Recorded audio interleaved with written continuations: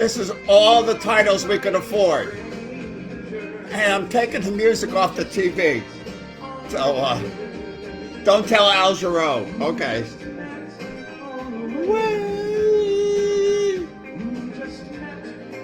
Everybody sing along. Okay. That was fantastic opening. My name is Allan Arkush, and this is Moonlighting 2023. Before we start and get into this, I want to say we should pay homage to the director of the Moonlighting pilot. His name is Bob Butler. And Bob Butler is one of the most important directors in the history of television. He really brought television into a modern age during the 80s. He did the pilots for Hill Street Blues, Moonlighting, St. Elsewhere, and on and on and on. And he was a brilliant director. He invented the modern pilot and a really great man. And I had the pleasure of working with him a couple of times, working for him a couple of times, and going out to lunch with him. So everybody, he created the look of Moonlighting. So we'll get to how that was done. So anyway, Bob Butler, we miss you. Okay. All right. How did I get here? How did I get the job of directing on Moonlighting? Okay, so I had done Rock and Roll High School, and then I got hired for being on to do Fame. Made complete sense. I had done musicals, I'd done Rock and Roll High School, and I'd done a movie called Get Crazy. And just in case,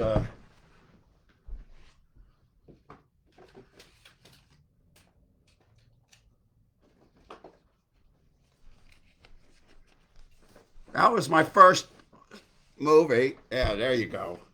And this is the one that got ripped off. But anyway, it's out there now. So I did those movies. And then I did a TV pilot at MGM, and they offered me a chance to direct Fame. And that was really, really fun. I had a great time on Fame. And my agent said to me, "This is going well. What TV show would you like to do? Because they like you." And I said, "Only one that I love." He says, "What do you love?" And that was St. Elsewhere. So I did St. Elsewhere. And then my agent says, "There's this great new show called Moonlighting, and they're doing all kinds of cinematic stuff, and I know you're gonna get along with them." So I went over to the office, and I met Jay Daniels and Glenn Caron, and they were sitting in the office, and they were approaching their second meal penalty. I had never gone to a second meal penalty. It was the night they were shooting the Christmas show where the whole cast is in there. And we just sat and talked for a while. And they said, "We'll book you." And so that's how I got to do the doornail, what was it called? Funeral for a Doornail. But that was a couple months later. I thought that I would answer some of the questions now that people had about the making of the show. So we'll do some general questions, and then we'll go through some of the episodes. The question was, were one or two cameras used? And I will get to that, but I think it's important to pay homage to Jerry Finnerman. Jerry Finnerman was the DP of Moonlighting. He was born in 1931, and he passed away in 2011. And he was a vice president of the American Society of Cinematographers, and he won a Primetime Emmy for outstanding cinematography. He started out working as the assistant and operator to a guy by the name of Harry Stradling Sr. Harry Stradling Sr. is one of the great cameramans in Hollywood history, and Jerry learned a tremendous amount. And one of the reasons that Moonlighting has that old Hollywood look is because Jerry carried on the tradition of Harry Stradling. Okay, so Harry Stradling, they worked together at Universal, Paramount, and Columbia. They did Walk, Don't Run with Cary Grant, How to Murder Your Wife, and he was the camera operator on My Fair Lady. Come on. And he was a cinematographer at Desilu Productions. And Desilu had this, Desilu was making this new TV series called Star Trek, and they needed a DP, and Harry didn't want to do it. And so Jerry got the job, and he was like the youngest DP in Hollywood. He was 32 years old. Okay, so you've all seen a million of these, film Star Trek episodes. Here's what Jerry said about shooting Star Trek. On a show like Star Trek, you have to push the envelope. The result of playing it safe is a diet of pablum.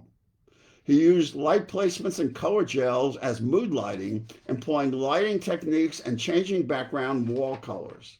I've discovered that a range of effects could be seen on a single set. So from there, he did Mission Impossible. Come on, all of you. I mean, if you're my age, Star Trek, Mission Impossible, boom, boom, boom, boom, boom, boom. He got a lot of Emmys. He did Kojak, The Gangster Chronicles, Ziegfeld the Man, and then he ended up on Moonlighting. And from there, Jerry and I continued to work together. Well, first off, he also did Policewoman. These are legendary series. Planet of the Apes, Fantasy Island. Okay. And then Jerry and I did the pilot for Parenthood, and we did Capital News, which was a newspaper show, and then he ended up at Moonlighting.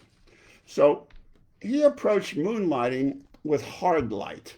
Let me just explain. The most TV shows that you see now, is soft light. It's easier to go fast. You want the actors to look good, and hard light, you shoot it at a higher f-stop, which means that there's more light on the set, and actors have to really hit their marks. But Jerry wanted it to look like a 30s and 40s movie, or 50s. And so if you watching the show again, I was impressed by the amount of shadow that was in all the scenes. And when you have David Addison standing there thinking about Maddie Hayes, and he's in silhouette, and it holds, and it holds. It's really not like any other television show. So Jerry would combine that with the fast-paced back and forth. So that was the technical challenge. How do we do the fast-paced stuff and the long moments? And the fast-paced stuff was done like this. We would do a rehearsal first thing in the morning. We'd always shoot Cybill first.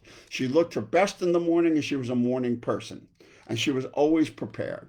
And we marked the floor where they were, and then we take all the furniture out every single day, and we lay down masonite and tape the masonite down and move the marks on the masonite, because we wanted a dolly back and forth as smoothly as possible. And we had a camera dolly that had two positions for cameras, because if they had a great take, we wanted to get both of those cameras on the person being shot, meaning if we used two cameras, only the person that we were facing was being shot, not two people crossing, because the lighting had to be just so. And so we would have little film geekdom. We rarely went wider than a 50 millimeter lens. 85 and 105 would be mounted on that, or a 50 and an 85. And Jerry really liked to use these lenses that were on Araflexes, these German lenses, and no zoom lenses. They were very, very sharp, but then he would add lots of filtration. And he would filter Cybill different than he filtered Bruce. And he did this thing with Cybill, where he would take a French silk stocking and put it over the lens for her close-ups, and then with a cigarette burn two holes where her eyes were, right? You get it?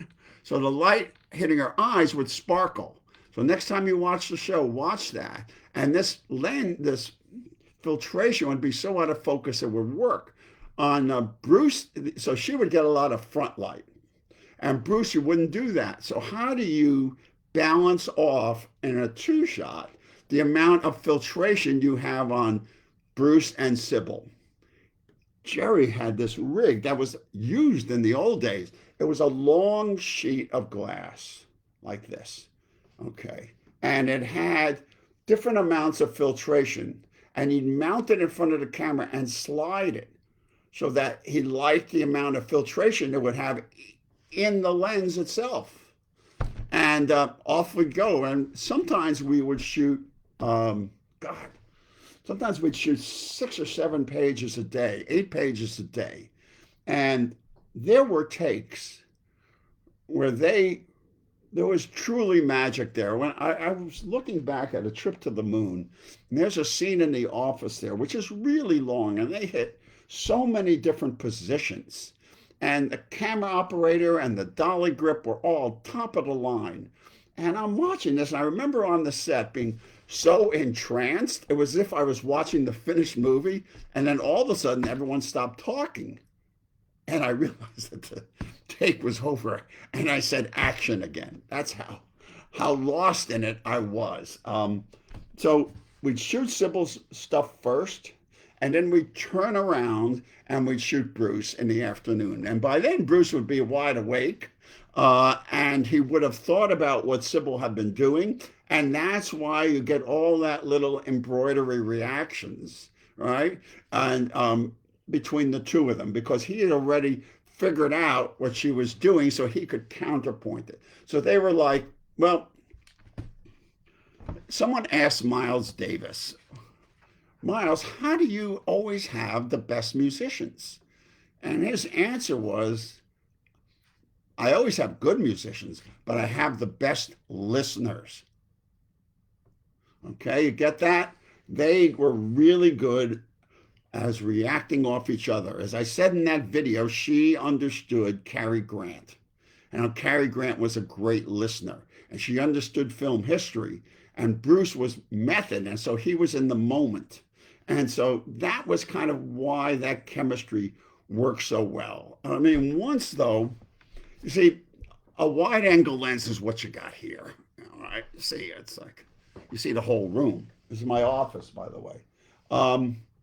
And I was shooting a scene in the back of the van, and she's towards the foreground looking out the side window, and he's in the background. Now, in any other show, you'd say, let's put a wide angle lens on this. So they would be both sharp and relatively in focus, you know.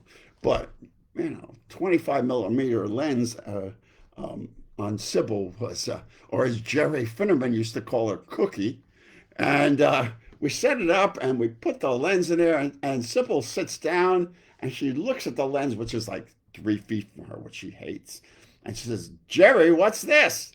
And he says, we think it's funnier if we see both of you sharp. He says, how am I going to look? And he reaches over and he pinches her cheek and he says, Cookie, would I do anything to hurt you? Jerry was totally old school, and Cybill was really a second wave feminist, but she understood Jerry, you know, and they got along great. And she always, now when you watch the show, she always looks camera left, okay? So when you watch it, take a look. She thinks that direction is a better look for her. It's not true, but it made her feel better. The thing that Jerry did that made her look great is he always took the light off the end of her nose. I mean, this is some real inside stuff, okay? So I learned so much about cinematography from Jerry, okay? And so from there, the film would go off to the editing room. Now, it was a great team of editors there. Let me just read you some of the names. Neil Mandelberg, which I'll get to, Roger Bondelli, Christopher Welch. There was a lot of them. And what would happen would be this. You would shoot the show in order, okay? And so Glenn would write it in order. So you never quite knew where it was headed. You would never have a script ahead of time. On Funeral for a Doornail, I sat waiting for a script for almost 2 full weeks. So where was I? Okay, so the show would be edited in order. Now, the normal procedure is this. At the end of shooting, there is 2 days where the editor prepares an editor's cut, and they show it to the director, Or now they send it to you first so you can watch it. And then you sit in the editing room for 4 days and do the director's cut and turn it over to the producers, who then do 1 or 2 or 3 cuts. So we usually finish. All right. So the Directors Guild calls me up and they said, we hear that the Moonlighting is not actually following the rules of the Directors Guild, and we want to know what's going on. And you've done the most episodes now, so tell me what the post process is. And I said, okay, we usually finish shooting Thursday nights. Thursday nights? I said, yeah, because we have to get it on the air. So on the stage, we'd finish shooting Thursday night, and then for the rest of the night, the second unit and the stuntmen would pick up the shots that we needed for the action scenes, and we would stay on the stage after Cybill and Bruce left and do the inserts.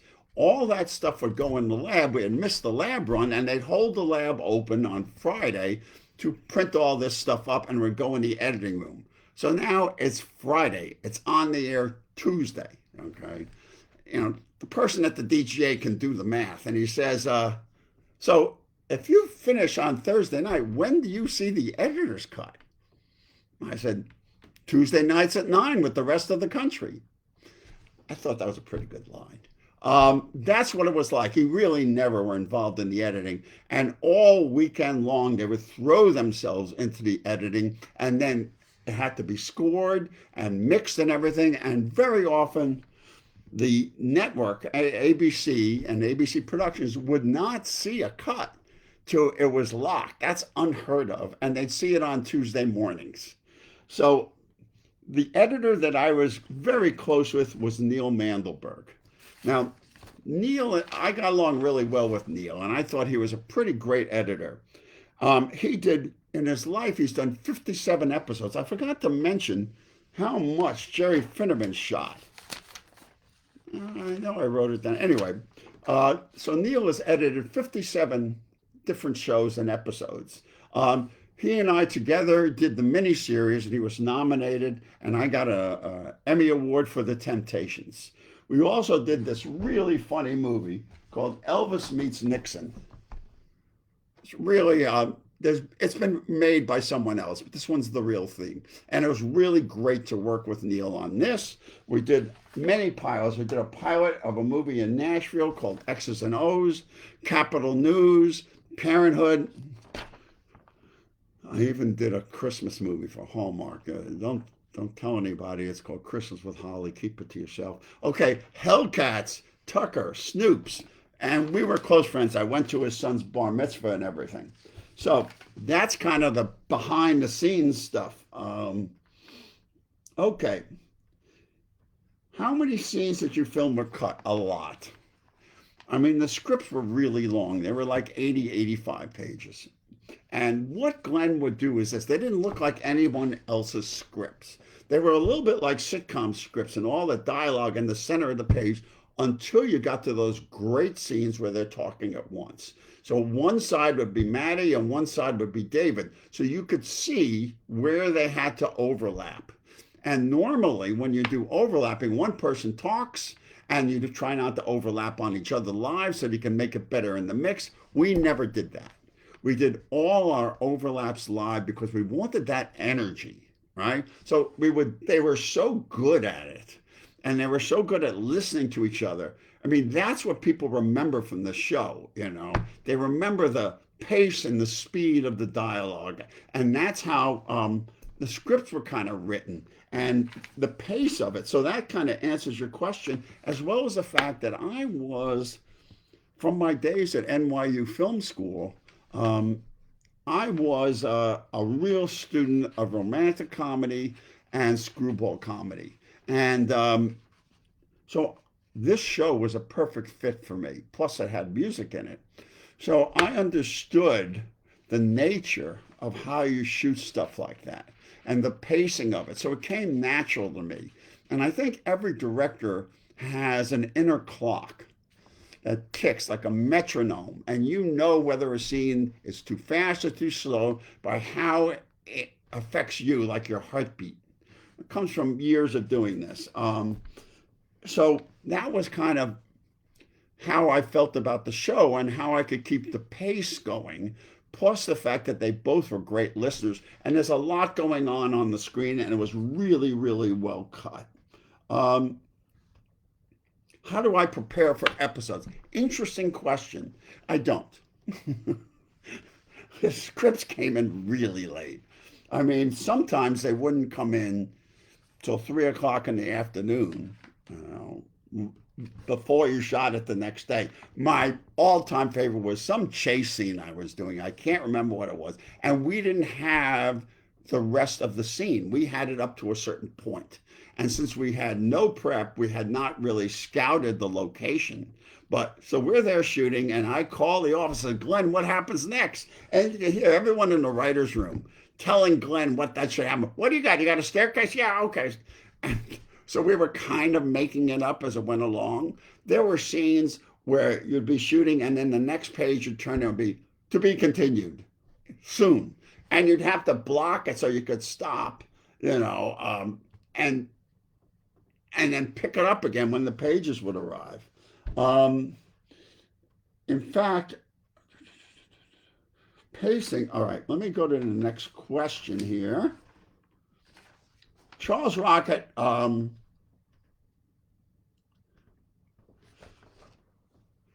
Season 4 episodes you directed were simple scenes filmed at the end of season 3. Yes. So once we did, I Am Curious, Maddie, I think there was one other episode, and then we went straight into Trip to the Moon. And we did the scenes where they were together first. And then Bruce went off to do Die Hard. And I shot for the next 5 or 6 episodes, her side of the conversations. And so that's how we did that. And I did notice 1 or 2 little mistakes here and there, but mostly it worked out really well. And so that's how we did that. Charlie Rocket was really fun to work with. He had great chemistry with Bruce and Cybill. How much ad-libbing did we do? The question was, how did Charlie Rocket get along? And it was great. It was fine. How much ad-libbing did Bruce do? He would add nuance. He'd add a point of view. Glenn was really, really tight on the scripts, as well as the rest of the writing staff. And they had worked very hard on these scripts, and they had a rhythm to them. So if you were going to ad-lib, you had to ad-lib within the length of the words and in the rhythm that they were delivered. So sometimes that would be like that. I mean, I remember this one scene, and I don't know whether it was ad-lib, but it felt so real. There's a big pile of remote controls or something, and Herbert Viola is saying, "Oh my God, we got beepers," and Bruce says, "The clown?" Now, I don't know if that was in the script, but it was really funny. Maybe not so much after all these years. In your opinion, what other TV shows, if any, have come closest to capturing Moonlighting magic mystique? Okay. So Moonlighting at that time did 2 things. It was not only a really excellent TV show, it landed on the zeitgeist of what was going on in the world between men and women. And here you had a situation where you had a feminist boss and a bit of Neanderthal as the worker, but he was smart and he had a different point of view. And that was the engine that drove the show. So that whenever there was a case, you really don't remember the cases. What you remember is the back and forth between them. And that was always based on what the case was and whether it fit their personalities. Like, one of my favorites is My Sweet David. I didn't direct that one, but I love that episode. It's about something, and that's what was infused in the writing. So the only other show that did that I worked on was Ally McBeal. So you move forward 10 years, and now women are all part of the workplace. They're lawyers and stuff, and that was another show that I did that was on the zeitgeist. And it's the reason that everyone reacted to it so heavily, because they could identify. Men could identify with Bruce, and women identified with Cybill, and that chemistry is what kept it alive. Think of like some of the great combination movies earlier. I mean, like Ruth Gordon and Garson Kanin. They were a husband and wife team of writers, wrote the best of the Spencer Tracy, Katharine Hepburn movies. So if you like Moonlighting, you really should do yourself a favor and watch Adam's Rib or Pat and Mike, or dig a little deeper and watch His Girl Friday, which is one of the definitive movies about how men see the world and women, and it's really fast paced. And that was the model for Moonlighting, was that kind of Howard Hawks dialogue. Okay. All right. I think that kind of covers it. All right. Funeral for a Doornail, which I never understood that title. All right. It's time to talk about the writers. Okay. Jeff Reno, Ron Osborne, Charles Egley wrote this one. And I want to just pay homage to this great writing staff. So I work with Charles Egley on a couple of different shows. We worked together on St. Elsewhere. Charles Egley has written 220 episodes. Jesus. He was on the writing staff of St. Elsewhere. That's where I met him. He was a story editor. And then he was on Moonlighting. And he wrote a 1-hour pilot called Rockin' Wagner. He was a showrunner, producer on Civil Wars, Murder One. Remember that? That was a good show. NYPD Blue. I mean, he did so many episodes of a show called Dark Angel, The Shield, Dexter, and The Walking Dead. So he's on a lot of the episodes. And he's a really good writer. And of course, Jeff Reno and Ron Osborne, in their life, they've done 115 episodes. Their stamp is all over Moonlighting. Some of the best writing in the show was on episodes where they were the top name. They came off of West Wing. They did a really interesting remake of Death Takes a Holiday. It was called Meet Joe Black. They did Radioland Murders, and this makes me smile. They did Mork and Mindy. Okay, Karen Hall was another one on the show. She's done 105 episodes. I've done a couple of shows with Karen Hall, and she's one of the finest writers I've worked with in the sense of she really creates fully rounded characters. Her situations between men and women carry weight to them. She and I worked together, aside from Moonlighting, we worked together on I'll Fly Away. And that was some of the best scripts I ever worked with, was the ones there. And David Chase was the showrunner on those. She started out as a story editor on 8 is Enough. It's never a straight line. Hill Street Blues, Roseanne, Grace Under Fire, Northern Exposure, I'll Fly Away, Judging Amy, and The Good Wife. These are great credits. And Kerry Aaron, who when she was on Moonlighting was lower on the totem pole. Kerry Aaron did 13 episodes of Moonlighting, and she's done 125 episodes in her life. She created The Morning Show. Okay.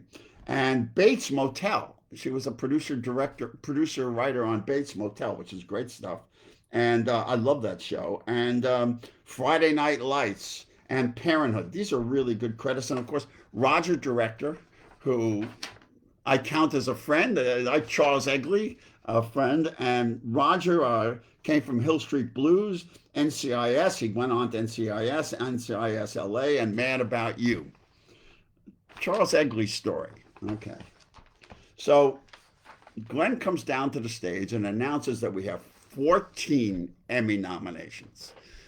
And this is in that summer, and I think I'm working on The Sun Also Rises. And then he tells me that I've been nominated, which is fantastic. So Charles, everyone calls him Chick. Chick says, let's have a party at my house the night that we go to the Emmy. So we all go to Chick's house, and there's limos for us to take it. And this is Hollywood, And he's serving a lot of mimosas. And we're all drinking mimosas. And I get in the car with my wife, Joanne, and we we go off to the Emmy Awards in this limo.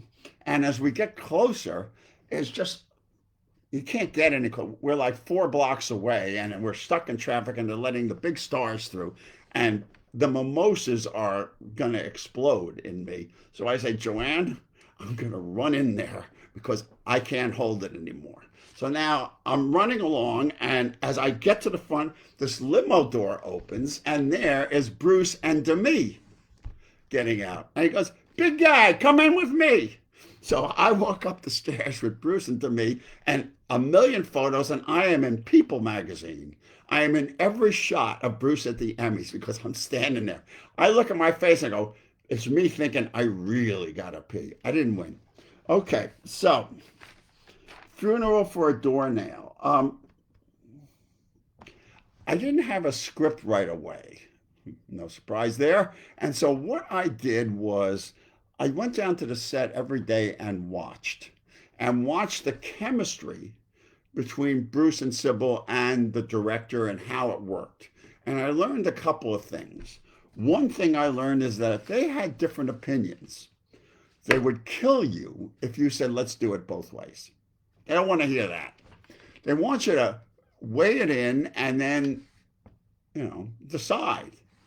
And one of my first scenes on my first day was the scene where Cybill hides behind Bruce hides behind Cybill when she comes in the office. And I'm reading it, and Cybill knows old movies. And I said, Cybill, have you ever seen Duck Soup with the Marx Brothers? She goes, of course. No. I mean, don't forget she lived with Peter Bogdanovich. And we talk about that scene. I said, let's set up the cameras and let's see how long we can keep this master going. Okay, so Bruce, here's the idea. Explain the idea that she's trying to fake you out. She kind of knows you're back there and she wants to catch you, which is why when you watch the scene together, again, she's like a basketball player, or a football end trying to dodge around and do that. And so we made that work as long as we could. And by giving them that freedom, I earned their trust. And the next day, Jay Daniels, who was a wonderful producer, and Glenn come down to the set and they go, those are great dailies. What are you doing next month? So I got hired on again. I ended up doing it in the beginning of the second season, but the day worked out and the episode worked out. And the scripts were always late. Okay. So that's how we did the Marx Brothers thing. Let's move on to The Sun Also Rises. That is basically a Reno and Osborne script, and it was a season opener. So it was a big deal, and the show had gone out on sort of an all-star ending. I think it's Whoopi Goldberg and so forth. So what's interesting is that's a real fourth wall breaking thing, that there was also a hiatus for everyone at Blue Moon. And so that's what was funny. And I remember watching it back on TV a couple of years ago, or watching the video. I got them all here. And when Cybill comes in, it's just really well done, but I can feel her, because I know them so well, pushing a little bit, for the laughs and for the charm. And then Bruce comes in with his big hat, and does he sing La Bamba or something there? And everyone's dancing around. And again, this is only me. And I direct it, so I notice it. Watching it, it's like he really is trying to be a little funnier than real. But that's okay, because it's a great opening. But then when he steps in her office and they look at each other, that's what made the show great, because we shift gears. And that was the thing that made my directing style and my directing skills even better, because we could take our time. And the chemistry just kind of clicks in between the two of them. And watching it, years later, I go, oh my God, there's the franchise. And that was I really liked that episode. It's one of my favorites that I did. There was a little bit of to do when Bruce had to crawl on his hands and knees. He wasn't thrilled about that. But the dialogue was really good. And as I mentioned in the video piece, we had shot a long scene with Mr. Addison and his father, and that got cut out. So we'd often lose about 10 minutes per show. And I think I should also mention that when I talk about the editors, there was a whole team of them, and they were there all weekend. And the assistant editors did not sleep. And this is before we had Avid technology. They're cutting on moviolas, and they're cutting on flatbeds. So it's amazing the shows got out on time. And I see the Karen Hall. Oh, wait, that's the next one.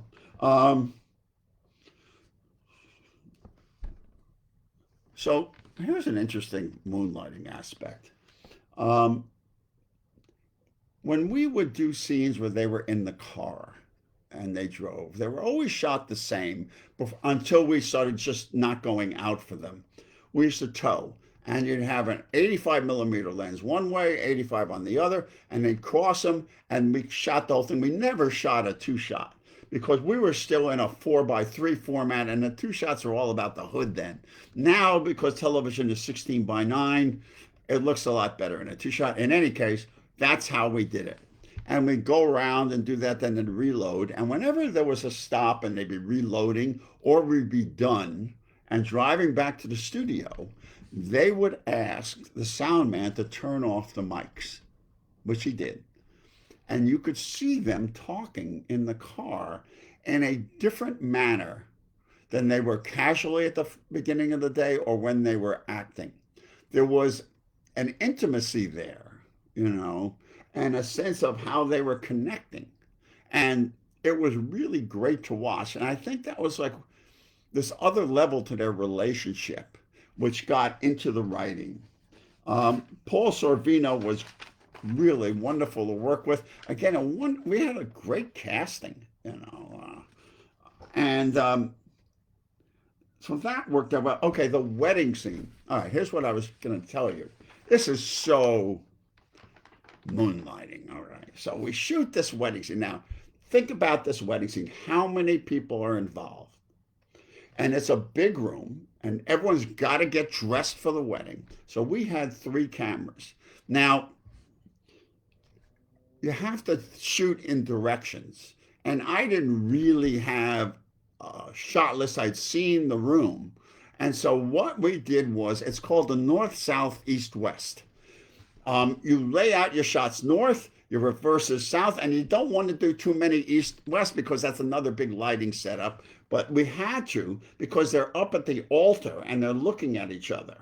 And Bruce, she winks at Bruce, I think, and that is the bride-to-be and so forth. And we shot 27,000 feet of film.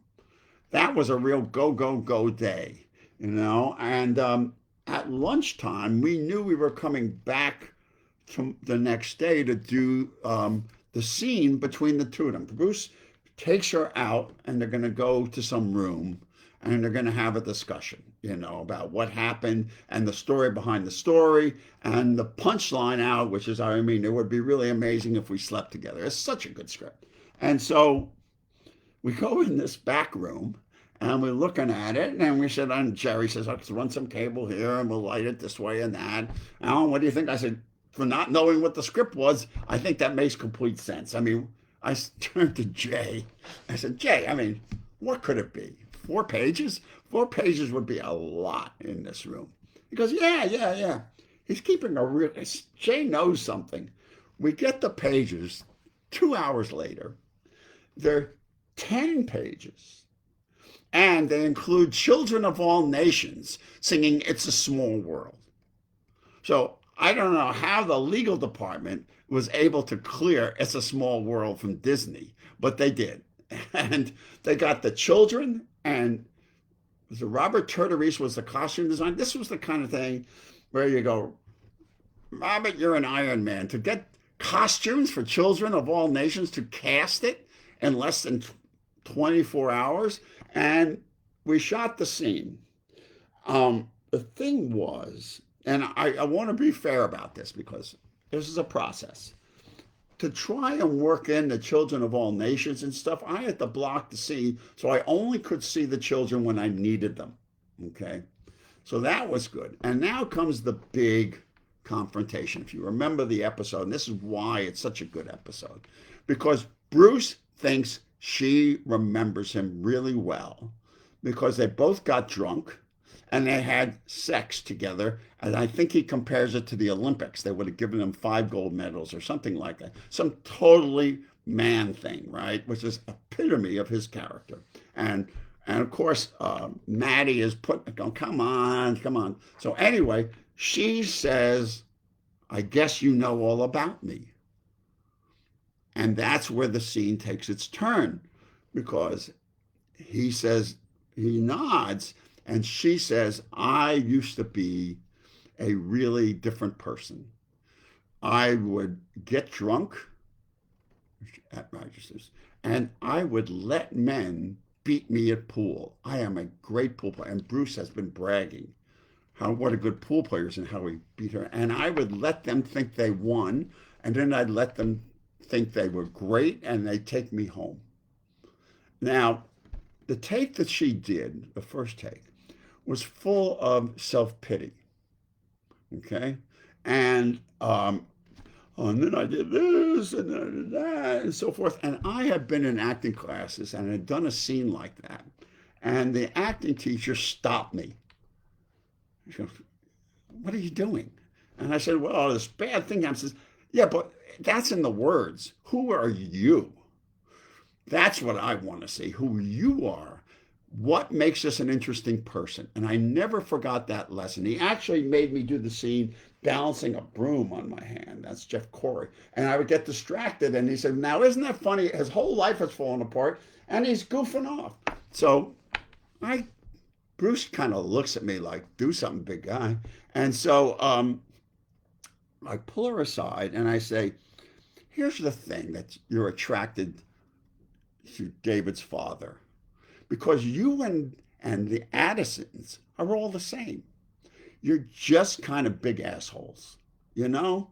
You're just full of yourself and so forth. But you have the ability to look at yourself and say, boy, that was stupid, you know? And laugh at it and give yourself that perspective. So do the scene so that we feel that you're looking at it now, so that when we get to the killer line, which is, wouldn't it be funny if we slept together, we had built to that. And she nods and she does it. The next take, magic all the way through. Bruce says, print that, let's go home. And I said, he looks at me like, how did you do that? And I said, Bruce, we have to get the coverage. So we get the coverage. But it was such a satisfying day. And she felt great about it. And it was like, what you do to guide an actor through great material. And I think the next scene is the one where they're dancing at the party and so forth. So, okay, the next one that I did is Maddie's turn to cry. I think I got written here, there was a Charles Egley, Karen Hall. Of course it was Karen Hall. And Roger Director. And what had happened in between is I had been booked to do LA Law and St. Elsewhere, and I was still doing Fame. That was my first TV series, was Fame, and then I did St. Elsewhere. And so I didn't have that many openings, and but I would sneak away and watch what was going on in the set. The Big Man on Mulberry Street. I was on the Fox lot doing LA Law. They kept looking for me because, God, how often do you get to see, Stanley Donen direct? So they said they wanted me to do the 2 last episodes of the season. And I had done a pilot that sold the year before. So they literally bought me out of pilot season. They paid me, don't tell anybody, they paid me more than director's minimum and a bonus on reruns. And, what can I say? Anyway, Maddie's turn to cry is in my top 5 of what I've done. It was only 12 or 13. But in any case, it's a really, really good script. And Mark is excellent in it. And there just was great chemistry to it. And it was also at the height of the Moonlighting hysteria. Okay. So whenever we shot on location, there'd be these crowds everywhere. And that really affected the mood on the set. And it's one of the things that made the show, people ask if they made love, if that was like the death of it. The death of it was being so popular. I mean, it was huge. And it was on the cover of every magazine. There was always the street lined with photographers. And I remember at the end of the episode, they're walking out of the bowling alley down the street, and it was supposed to be sunrise, so we shot it at sundown. So we had a window of about 45 minutes or an hour when the light was great. But it was lines of paparazzi and people across the street, and we're on Ventura Boulevard. And since it was sunset, it's traffic and everything. And during one take, somebody yells out, hey, Bruce, Bruno, and honking the horn. And it was a really good take. And Cybill turns and is going to give him the finger. And Bruce stops her. He goes, you really want that on the cover of People magazine? And they both laughed, and we got it on the next take. But that was the kind of pressure that was going on. In fact, one of the tabloids was trying to bribe Cybill's costumer, the one person on the set, to tell dirt on Cybill. I mean, that was horrible. And this woman was a very devout Christian, and they were pressuring her and said, if you don't tell us the truth, we're going to print it as a lie, and we'll blame you. How horrible was that? So that blended right into Maddie's turn to cry. Yeah, I'm sorry, that blends right into I Am Curious, Maddie. Everybody worked on this one, all the writers,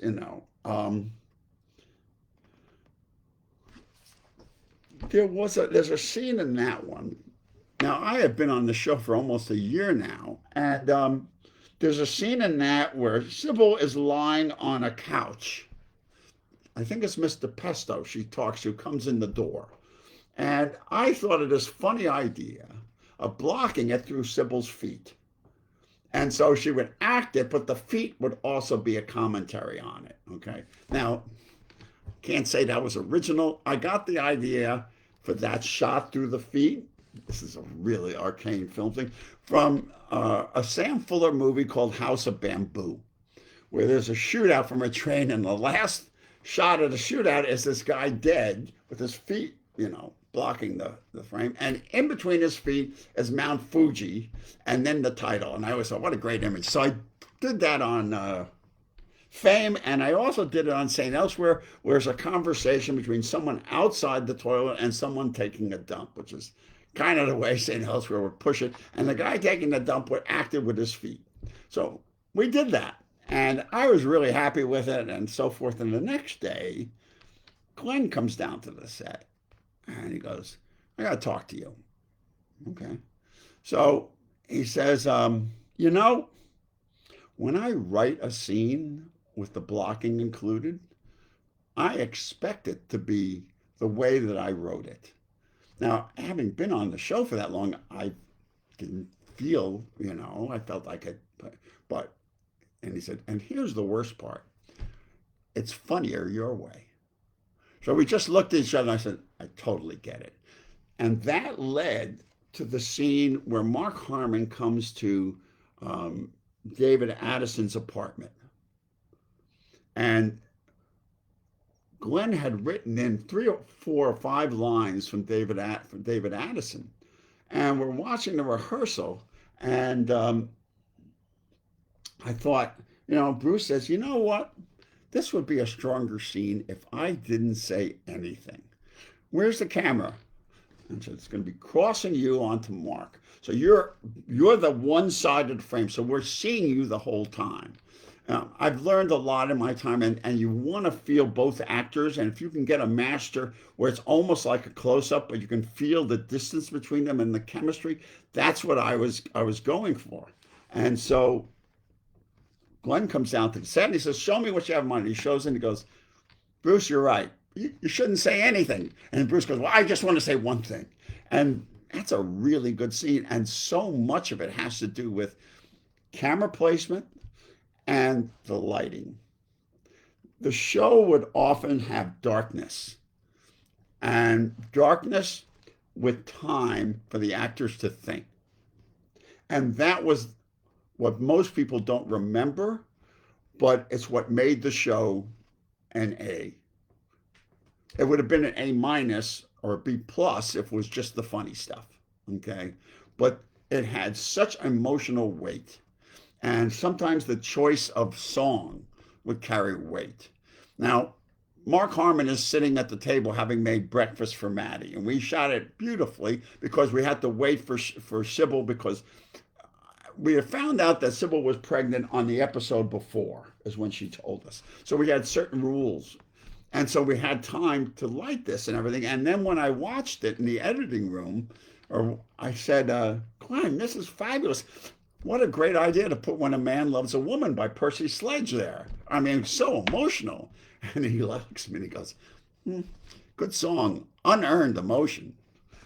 I'm sorry to say that the version that's on Hulu, and I was waiting for that song, is not in there. But that's what was there. The other thing, I don't remember which one it was, where Maddie goes to Bruce's apartment. And we've never been in Bruce's apartment. And the joke is that there's nothing there. Right? And he just doesn't have an inner life that way. So we go to shoot the scene, and it says it got to see the whole apartment, and we block the intro at the door, and then they go in and they sit on the trunk, and he drags in the trunk and everything, and it's practically real time. And they knew in their minds that they would never use this shot. It's just not the show. The show was close and back and forth. So they were really relaxed, and they were finding the scene as they did it. And then about 3/4 of the way during the scene, they went up on something, and I said, and I go, cut, let's just pick it up. And Bruce goes, come on, we're never going to go back to this shot. Okay, I got places to be. And Cybill was fine. I mean, remember, they are working. Cybill is working 14 hours a day. She's got to be there 2 hours early. Okay, and Bruce has to have time to learn his lines for tomorrow. So you really want to give them a break. And so, okay, so we go in and we do the coverage. And so the next day, Glenn says, I watched that scene. The wide shot's fantastic. Why did you go all the way to the end with it? I go, oh, if you only knew. I mean, I thought it would never be used. It's what's in the show. It's such a nice shot. Jerry lit it beautifully, and it tells the whole story. And since we know these people so well, seeing it in there, that they're like the only two people who understand each other in the world, you know, and they're in this big empty room. I mean, dare I say mise en scène?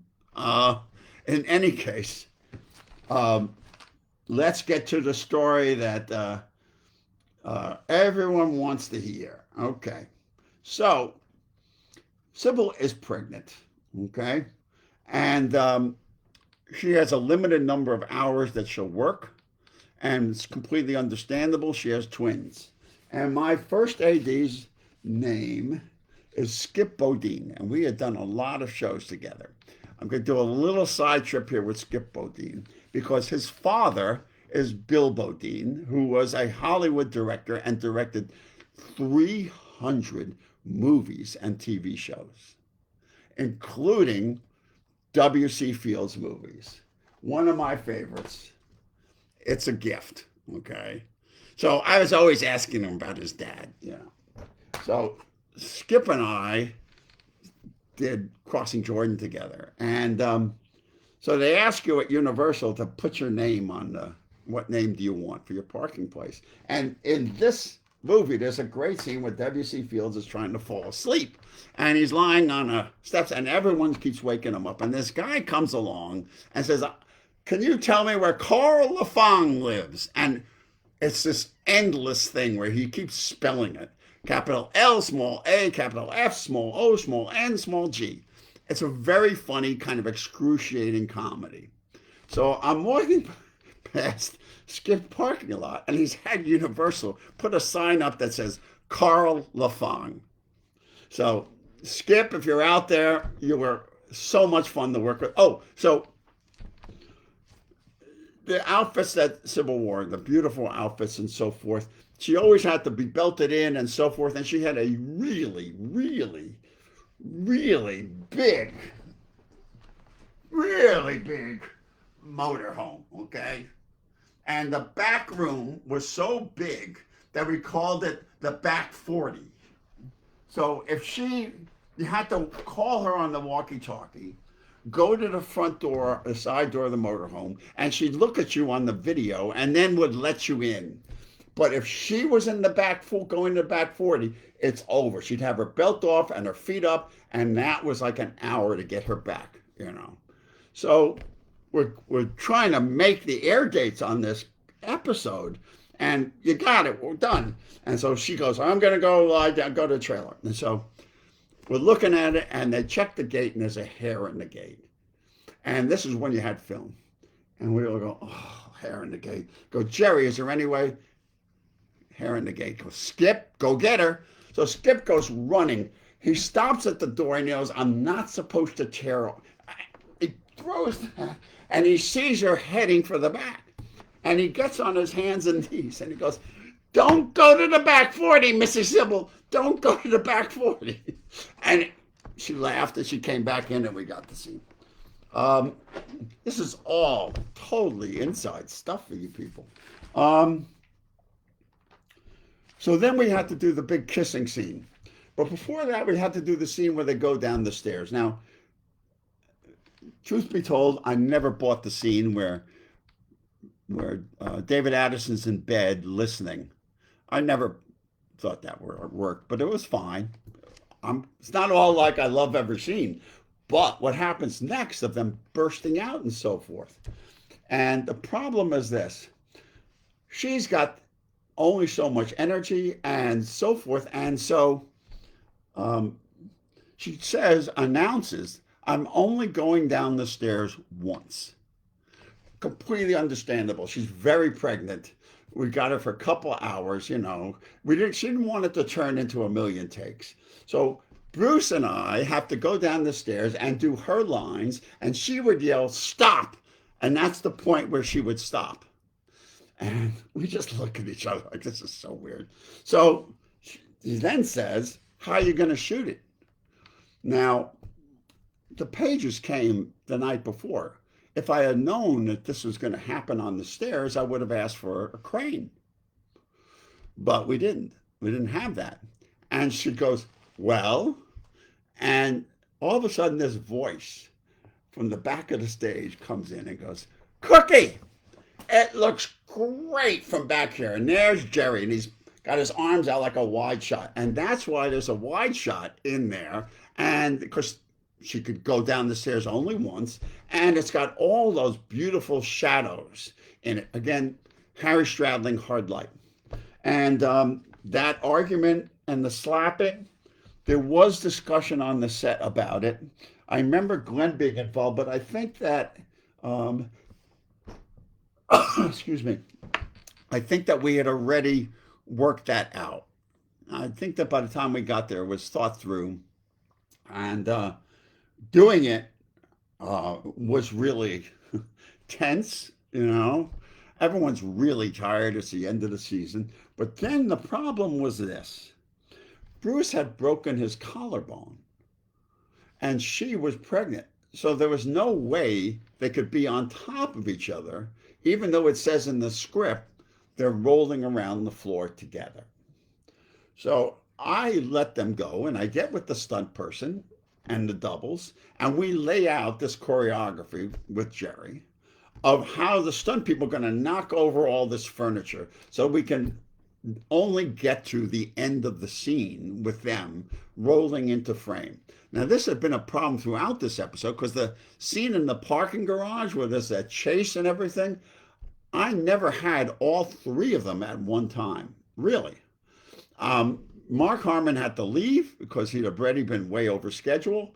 And Cybill had a couple hours, and Bruce had a broken collarbone. So I used doubles and so forth. And it worked well. I got an Emmy nomination for best use of doubles. So now, how are we going to do this?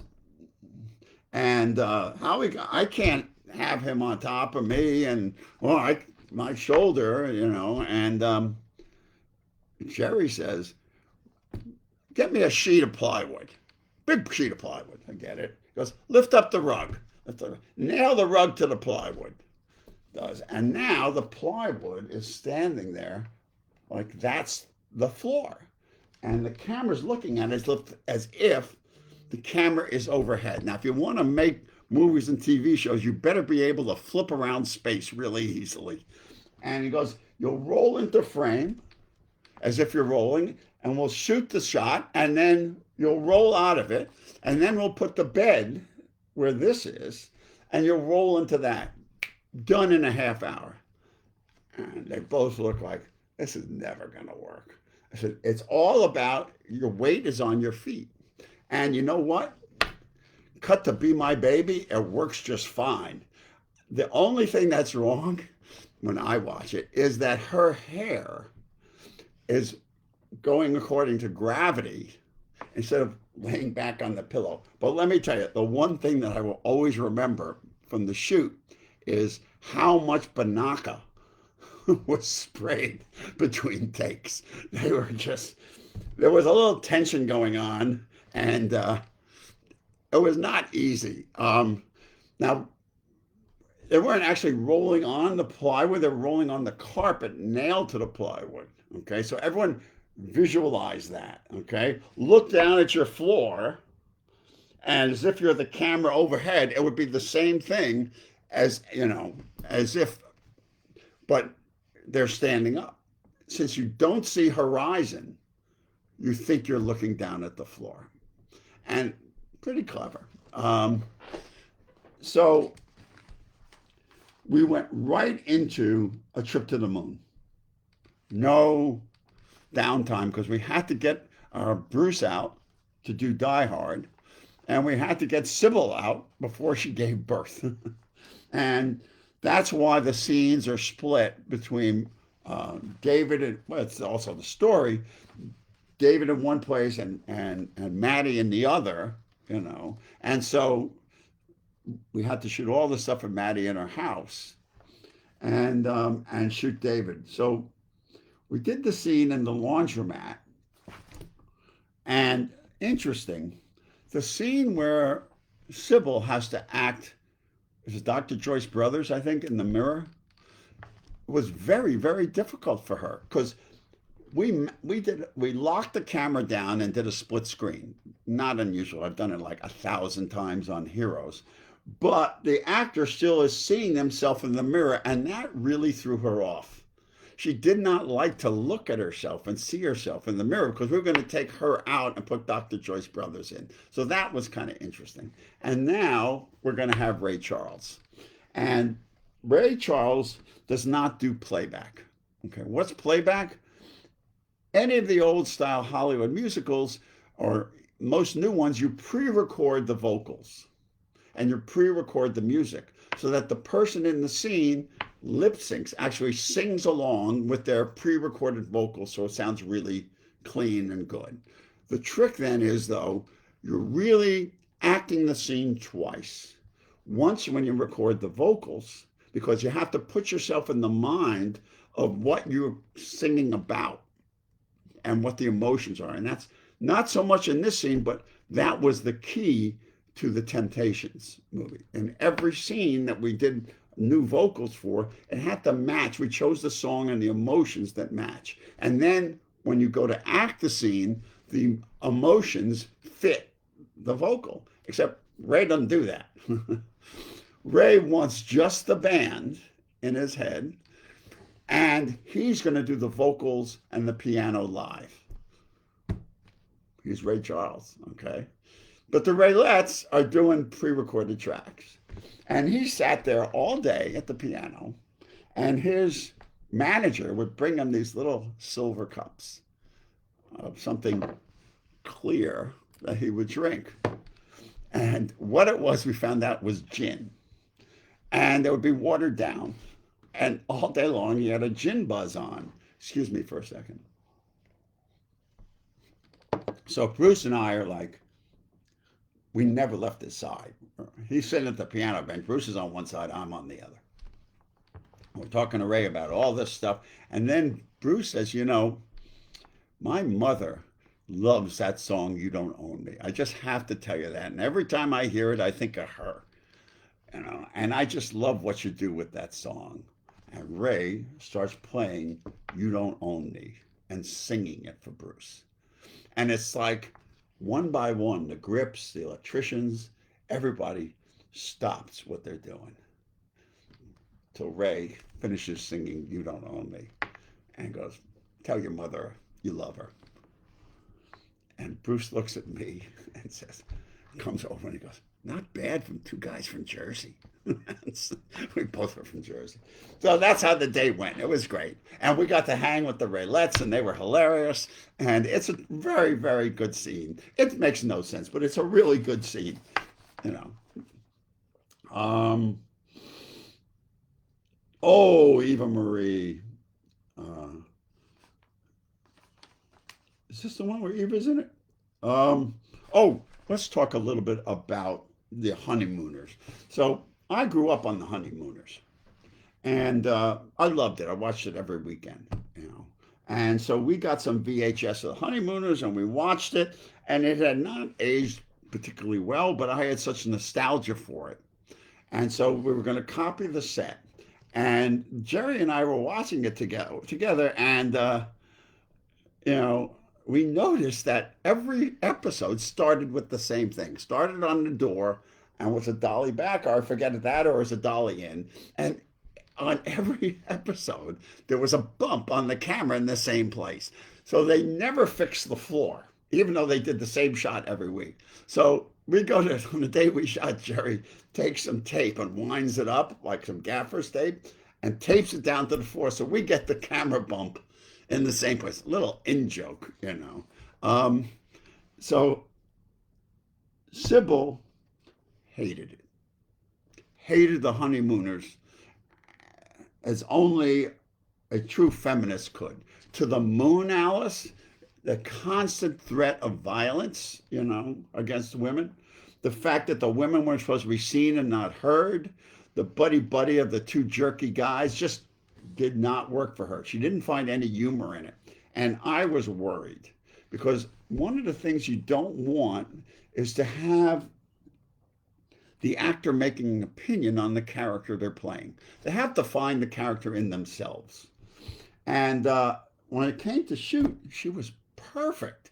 She was perfect. I never thought that Bruce actually found the Jackie Gleason thing. I think it would have taken him a lot of rehearsal to get there, and Glenn had to sort of act it out, you know. But I thought that Charlie Rocket nailed Norton, and Allyce Beasley, and I haven't talked about Allyce yet, really did a great job. As a Trixie next door. So that was fun to do, and it really fits at the end of the show. Watching it again, it's a lumpy episode, but it's got all kinds of cool stuff in it. One thing I wanted to mention in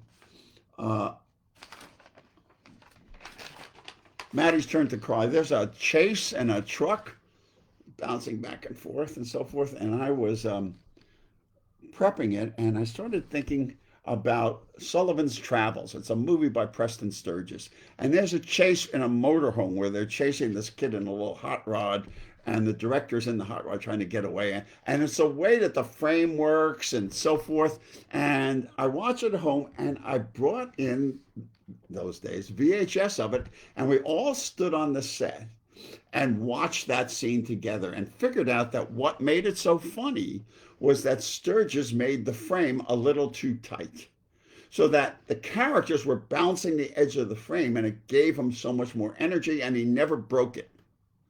And that's what we did with Cybill. We did one or two takes, and it was one of my favorite moments of working on that show, was sitting there watching a movie that I truly love with the crew, and then doing our best to recreate the magic of that, you know. Okay, so where were we? Trip to the moon. Oh, Eva Marie Saint. This movie geek got to hang out with Eva Marie Saint. So Eva, tell me about reading for Kazan. You know, tell me about On the Waterfront. How did that thing with the glove happen? You know, she told me that she went to the reading with her agent, Lenny Hershon. That was her agent, a junior agent. Lenny Hershon's president of William Morris when we're shooting this. And she didn't know, she was worried that she might not even get to read for Kazan. She not only read for Kazan, but Brando came and did the reading with her. She couldn't believe it when she got to the park. And this famous scene where they're walking and she drops her glove, all that was done at the moment. It was not, she really did drop her glove.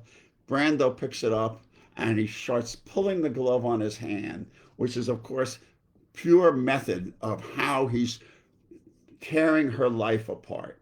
And here I am shooting a scene with two, and I say this with affection, two blondes, because Eva Marie Saint is the Hitchcock blonde from North by Northwest. And they're in a car, and we're doing it like the old days with rear screen projection of the film. And I could not be happier. You know, oh man, I'm doing it old school. And she was such a good listener. And her intuition on the scene, she makes everybody in the scenes better. And the scene, I don't remember which episode it is, where her and Robert Webber, who I love from the Blake Edwards movies, SOB and all that stuff, he's really this manic husband, and they get out of bed and they rotate the whole mattress and everything in the middle of the night. It just was like really fun. And, you know, it also was a really big fat scene to do so that Cybill could rest, you know. But let me tell you, she was always carrying her coat or a bag of groceries, hiding behind stuff. Used a lot of ingenuity to get that one. Okay, come back, little Shiksa. Watching it again, I thought it was different than I remembered it. I remembered John, oh, I forgot his name. John, he's a terrific actor. Somebody type up who that is so I can read that. John Goodman and Kay Lenz's storyline being intricately woven through the whole thing. And watching it again, they're hardly in it at all. They maybe have 3 scenes. There's so much going on between, you know, Maddie in Chicago and Bruce's scenes and the claymation that there really isn't very much of the mystery plot, and it's very unsatisfying. But it's okay because they have star power. Now, how we shot the plates, how we shot the claymation. Bruce acted it out in the real office as if we had the claymation on the desk, and we had a little mark on the desk for him to look at. And we shot it with each shot locked off. And so they could use that to put the claymation in for the wide shots. Then we sent Bruce back to his trailer and we shot without him in the shot, and the reverses without him in the shot, because those shots would be used as plates, that is background plates for the animation. And they built this, they did it on a stage and they made it smaller so they could do it. And they used the photos that they took on the day as the background to it. And it worked out really great. And I had the frog for a really long time in my home, and eventually the clay fell apart. But I really liked that scene. Okay. Wrecking the BMW. So Bruce and I are talking, and he says, we got to have a piece of music. You know, he knows I'm a music freak. Music. Oh, I'm so excited. All right. Ladies and gentlemen, are you ready? Cue the music. How many of you have this, The Return of Bruno, on vinyl? Did he sign this? He didn't sign it, the bastard.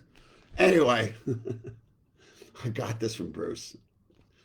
This was his attempt at doing the John Johnston, going to sing. He's a fine singer for a bar band, and he's not a bad harp player. I don't think the Rolling Stones are worried. But it was nice that he was doing that. But I got that in my collection. Oh, by the way, just so you know where we are, there's my record collection. So it's no surprise from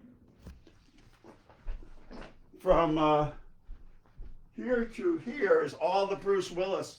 I'm just kidding. I need to get up out of that chair. I've been in there a while. Okay, so I forgot what I was talking about.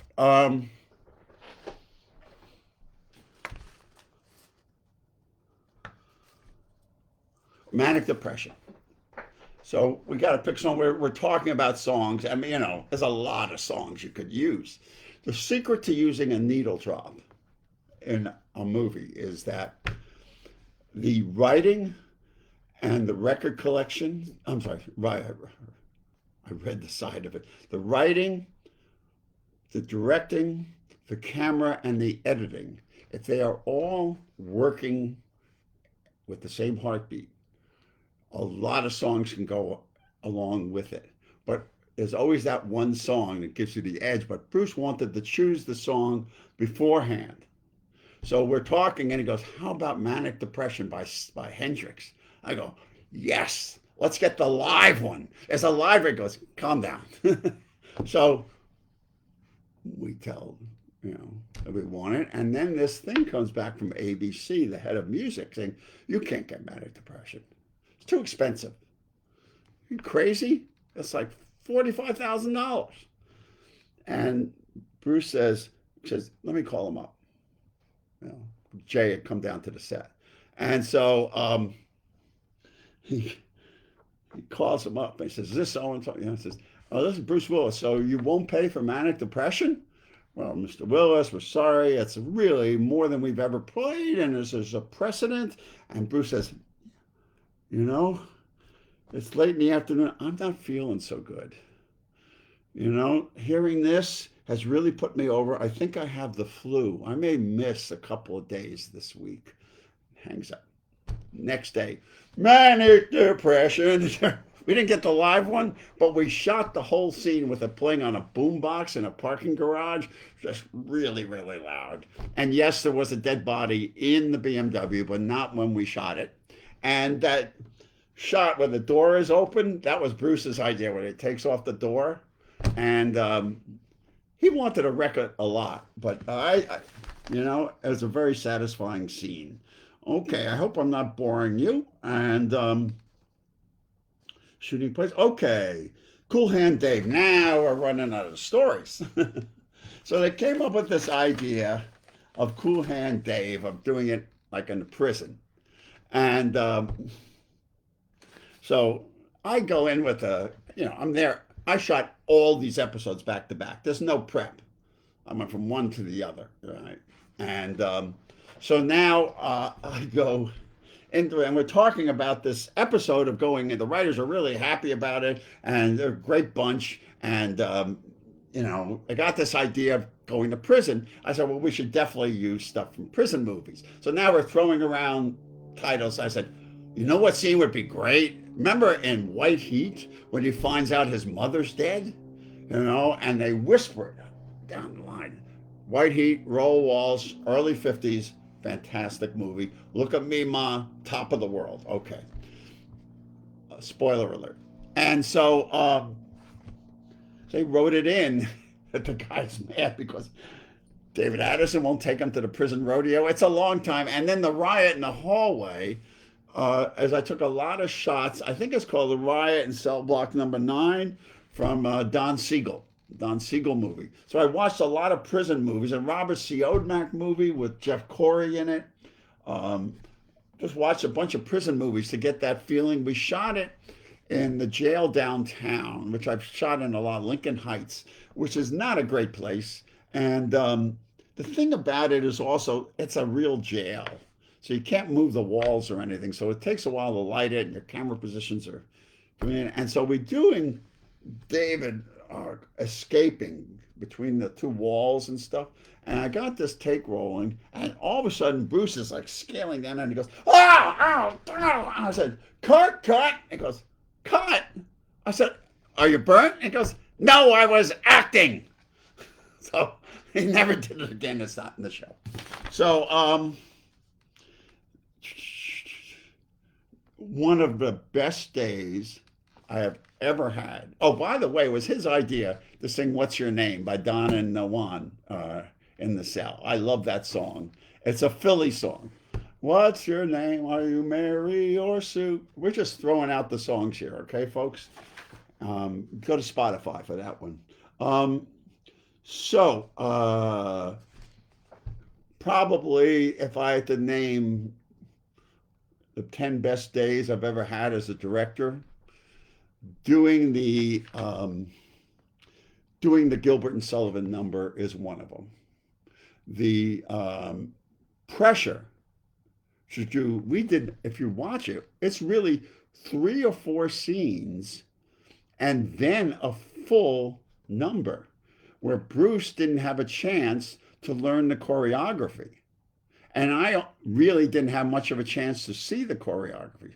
So it's a case where Jerry and I knew the job ahead. We talked, we saw the rehearsal, and we talked about where we're going to shoot it from. But the problem was this: we had to keep rotating because the sun was moving, and we didn't want to throw shadows, and we really wanted to have a crane and use crane shots. But the last thing we needed to do is get the crane up and have the big shadow of the crane across it. So we worked around all of that. I don't think during the course of this that Jerry and I said more than 10 words together. We were so in sync. And I thought the choreography was really, really good. And I'm really glad that I had done so much music up to that point. I think that as a director, all of us have certain skills. Friends of mine are really great at horror. You give them a situation, they're going to come up with a shot list for horror. If you're Walter Hill, you're going to do a fight scene in no time at all. I can watch a music number block and know what to do. That's my skill set. And so I'm really pleased with how that came out. It's really fun, and watching it again, it was as good as I remembered it. And we got the last shot just as the sun went down the horizon. So it was a joy to do. The show was so long, they made it into 2 episodes, which is why it is that, you know. Father Knows Last. Okay. There's a scene on the airplane between the whole thing between Mr. Hayes and his daughter is very, very well realized and written. And now that I have grown daughters, it's even more so. So I have to thank, the people who wrote this one. Carrie Erin. Oh, no wonder. She really wrote a terrific script. And there's such heart in the scenes. And now as a grown-up with a grown daughter, I really understand what Robert Webber brought to it and what was on the page even more. And it has a more of a resonance and a depth for me. So I'm really pleased with that. The scene on the airplane, I remember there being back and forth. Is it too much talk? Are we over-explaining it? That kind of thing. And I remember Roger, director, coming down to the set and being between the 2 guys and having to sort this out. And looking at it now, it's a really, really good scene. I think it was a battle of, are we saying too much? Are we spelling it out? Can't we just act it? And it's the classic situation between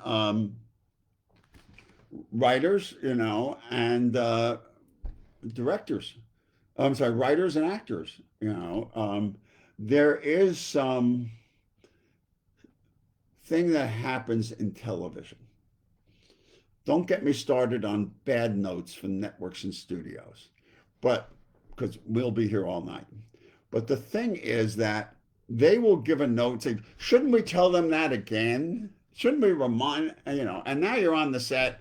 I remember having all the time on Crossing Jordan. And Miguel Ferrer would say, didn't I say this in the first act? I said, yeah, but I think we should bring, he goes, he said, is this a network note?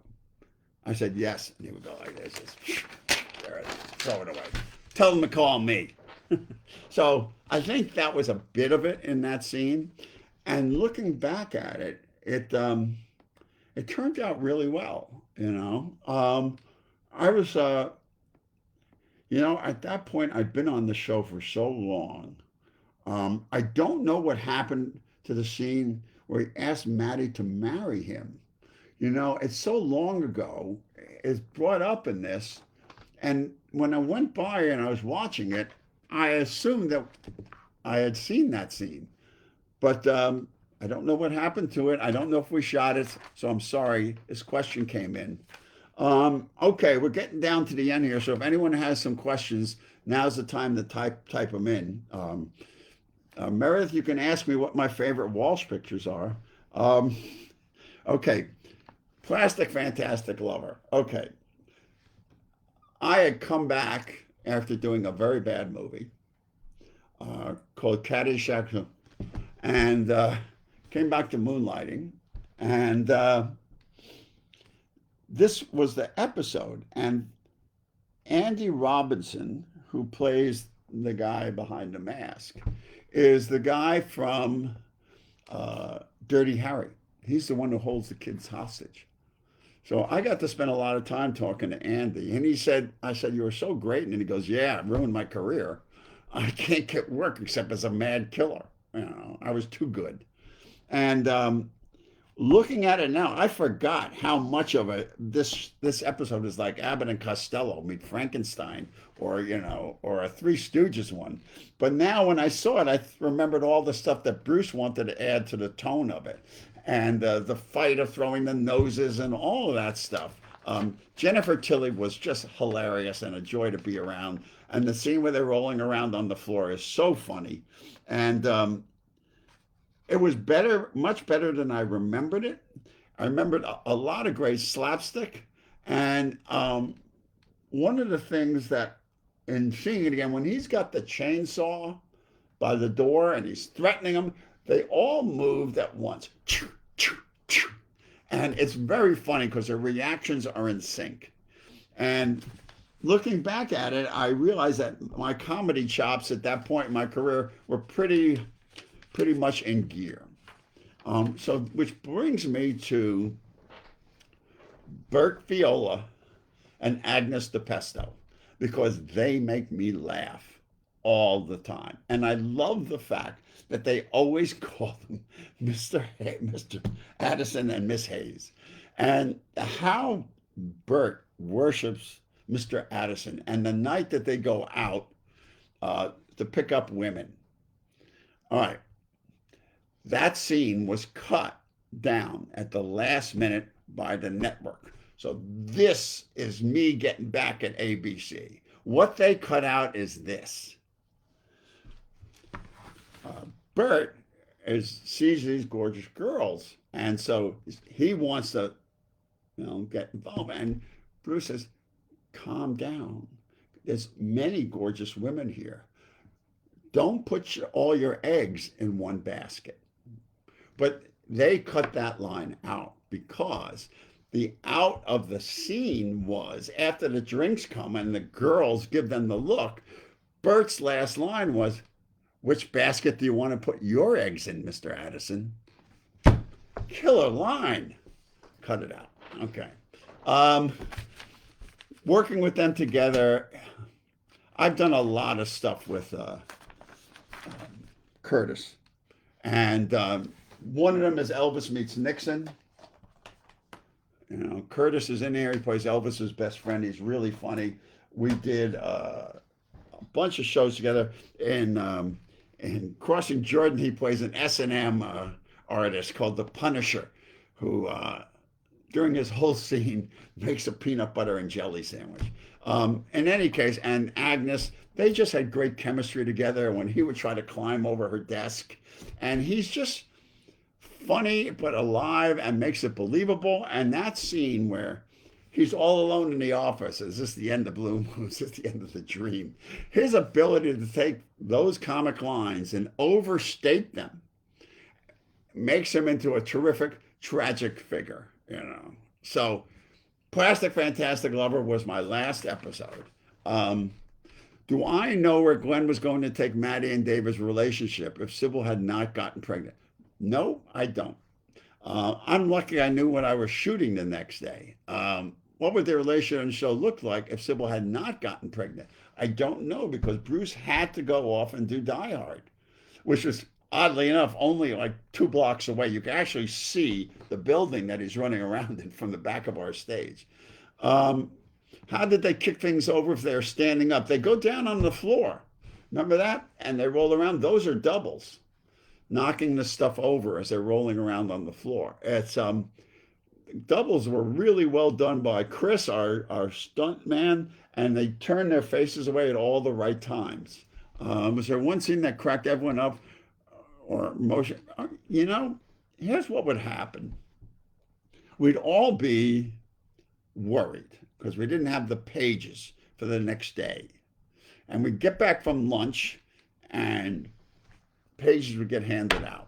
So you'd look around the set and you're trying to shoot and read what you have to do tomorrow, and you'd see the members of the crew start snickering to themselves and laughing about what was going to happen the next day. It was that exciting. Again, when you're on that set and it was working, you really felt that you were on to something special.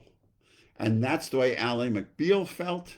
And that's the way Heroes felt in this first season. And a lot of our episodes of Crossing Jordan and show I did a series of Unfortunate Events, The Temptations, the best stuff that I've done. There's a feeling in the air that everyone's pulling together and they know that this is special for us. Whatever happens after that, you know. Where are the scenes that they deleted? Are they out there to dig up? That would be a question for the post department. You know, those were on film, so I don't know if they stored them. I don't know if there was B negative, which means the stuff that's left out. But my feeling is, and knowing how studios think, throw it out. If they threw out every episode of The Tonight Show for 10 years because they wanted the videotape back, that's how stupid they can get. If they didn't put a fire system on the storage vaults at Universal for all of Music Masters of Universal, of all the music they owned, that's how stupid they are. Okay. So, do you think if 88's writer's strike hadn't happened, the show, I'd have no idea. Uncensored bloopers, don't know. Is there a scene you wish you did differently? Many. But you let it go. And I have to say, I usually hold grudges about people who cut my scenes and ruin them. Or you enter something apart where the powers at the studio and network have power over your material and exercise it all the time. And that's what, to be completely honest, that's what I felt for a lot of the end of my directing career, but never felt that on Moonlighting. Moonlighting was one of those cases that the cut that Glenn did, whether I did a cut or not, was always the right cut. And the best showrunners know that you put it on the page, but when it gets into the editing room, it's something else. And they don't get hung up on trying to make it exactly like the script. They know it's plastic, and let's find it in there. And the best showrunners are the ones who open up their minds and say, let's take that scene from that act and put it here, or let's grab a shot of this. And that is true of Glenn. That's true of David Kelly. That's true of Bruce Paltrow, certainly. These are people who understand the full job. And a great showrunner is kind of like Magic Johnson, okay? When it comes right down to it and there's 10 seconds left, give Glenn the ball. He's going to sink it. He's going to get you to score. but he knows who to pass it to. Reno and Osborne, heads up, Chick, heads up, Allan, do this, and he can rebound. I don't know what the analogy is about that, but I like to say it. So, a series gets a fresh Blu-ray release. Would you do some commentaries, maybe with Curtis and Allyce? That would be really fun. Uh, in case you don't know, I do a lot of commentaries. I do commentaries for many, many different movies for this video company that my mind slips. I can't remember the name of it now. One second.